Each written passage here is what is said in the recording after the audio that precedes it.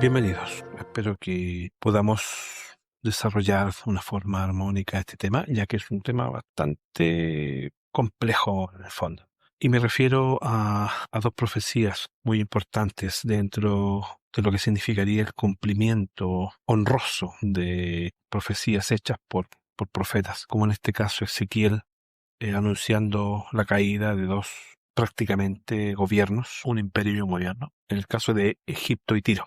Siempre se ha querido ningunear a Jehová. Yo quiero dejar claro esto. En la época moderna, hoy en día, se ha tratado de menospreciar. Incluso el desinformador normalmente trata de tirarle piedras a Jehová, comparándolo con Cristo de una forma, digamos, muy sutil, muy astuta, de que Jesús es mejor que Jehová. Pero después ese mismo desinformador pasa el tiempo y una vez cumplida la misión de desprestigiar a Jehová, también desprestigia a Jesucristo. Pero en este caso especial, fríamente, la propia historia nos muestra la realidad. Por un lado, si nuestro Yahvé fuese uno más de aquellos dioses antiguos, si fuese solamente una mitología, un mito, ¿por qué los dioses de los grandes imperios no han defendido su patrimonio y su pueblo? Por ejemplo, ¿por qué Isis, Horus y Ra no defendieron a Egipto? No solo de la destrucción, sino de su grandeza, y aún sus cultos, su sacerdocio. ¿Dónde están los dioses de Egipto? Más aún, ¿qué es Egipto hoy? No es un imperio, sino una simple república de un país tercermundista. Sus dioses están en el olvido y solo son mencionados por los actuales desinformadores enemigos de Yahvé. Si los dioses de Egipto fuesen de la misma categoría que Yahvé, y sabiendo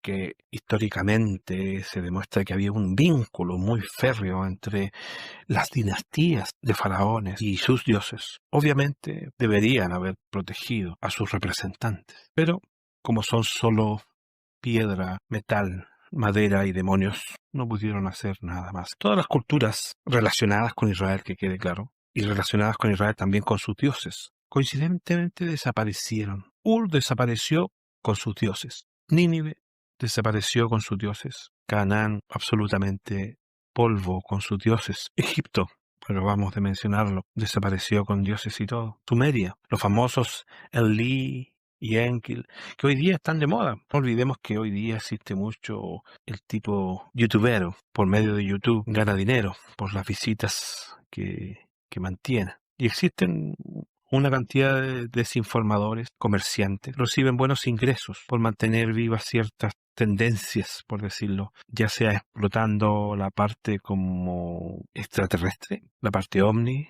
otros explotan como David Icke, la parte reptiliana, pero son casi de la misma espiritualidad comercial que los pastores. No tienen una doctrina fija y encontraron una beta como para explotar el asunto. Entonces está de moda que hablen de los dioses sumerios como casi poniéndolos sobre Jehová. Pero hay un detalle que se les ha ido a todos aquellos que han puesto en vitrina a que estos dioses, incluso tratando a Jehová de un verdadero copión. Pero Jehová ha sido el único que ha protegido a su pueblo. Ha sido el único que ha mantenido su santa ciudad de una forma u otra.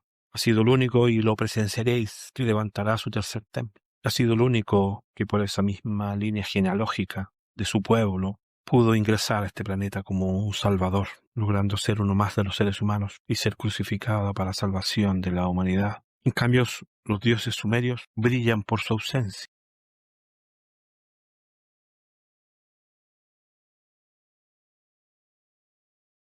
No están, no se les puede orar. A ninguno de los dioses mencionados anteriormente se les puede orar. En Babilonia había una montonera de dioses junto con Asiria, que son los dioses llamados mesopotámicos, a los cuales no se les puede orar, no se puede recurrir a ellos. En Medo-Persia también los dioses se cayeron con imperio y todo. El panteón de dioses de Grecia, ¿qué decimos? ¿Qué es Grecia hoy día? Es un simple país, ya ni siquiera es un imperio, negociando para no caer en la quiebra. ¿Dónde está el panteón de dioses de Grecia? Ahí quedaron en el camino. Roma también tenía un panteón poderoso de dioses para cada cosa en particular.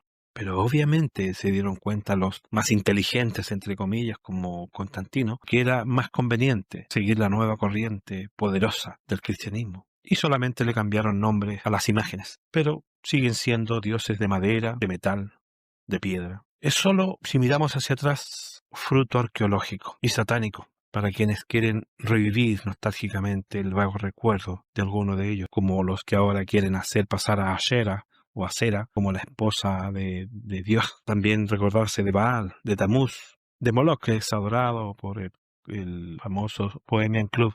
Pero solo lo hacen de un modo esotérico, Illuminati. Pero no olvidemos que los Illuminati son adoradores de Lucifer. Por lo tanto, todos estos dioses como Moloch y los otros que adoran ellos son demonios. Solo Jehová y su pueblo permanecen y sus profecías vigentes aún hoy y las cumplidas, al igual que pasó con el Verbo. Así como a Jesucristo lo odian sin motivo y reniegan a pesar de ellos, que se atropellan para inventar historias contra el yo soy el que soy, Yahvé, Jehová. Él aún tiene su pueblo y lo protege, lo ama y mantiene sus enseñanzas con claridad, dándole una ley que ha sido transversal a la humanidad, no en la oscuridad de una secta satánica, sino a plena vista. Sectas satánicas que son idólatras y ritualistas. No es menor que Él sea el creador de los cielos y la tierra, y que fuera de Él no hay Dios, como lo dice, aunque los desinformadores insistan en ello. Pues bien, volviendo a las profecías de Ezequiel, él habla de dos puntos que vamos a resaltar en este instante, y es importante como punto histórico. Es Ezequiel el que profetiza la caída de Egipto. Y es importante porque Egipto siempre tuvo una grandeza. Pensemos en la época de Ezequiel, cómo se veía Egipto. Un hermoso paraíso de templos, pirámides, caminos empedrados, poderosos ejércitos. Era impresionante. Retrotraigamos el tiempo y ubiquémonos en esa época y es impresionante un imperio como Egipto. Pero ya este profeta anuncia la caída de este imperio, donde ya no iban a haber más faraones. Y fue así, hasta no hay faraones en Egipto. El último faraón fue Nectanebo II, que durante 10 años resistió a Artajerjes III. Estamos hablando del año 343 antes de Cristo. Aunque Jababashas se proclamó faraón por sí mismo, pero todos en la historia reconocen a Nectanebo II como el último faraón de las dinastías. Y es un ejemplo de poder de Dios por medio de su profeta anunciar la caída de un imperio tan grande como Egipto. Y incluso lo dice como con pena, porque a pesar de todo Egipto es un detonante histórico desde Moisés en adelante, desde José incluso en adelante. Ha sido lugar de refugio de Jesucristo, que no olvidemos que Jesucristo en su infancia, en su época de lactante, fue su familia a refugiarse en Egipto. Egipto ha sido bien considerado por Dios, pero sí no es menor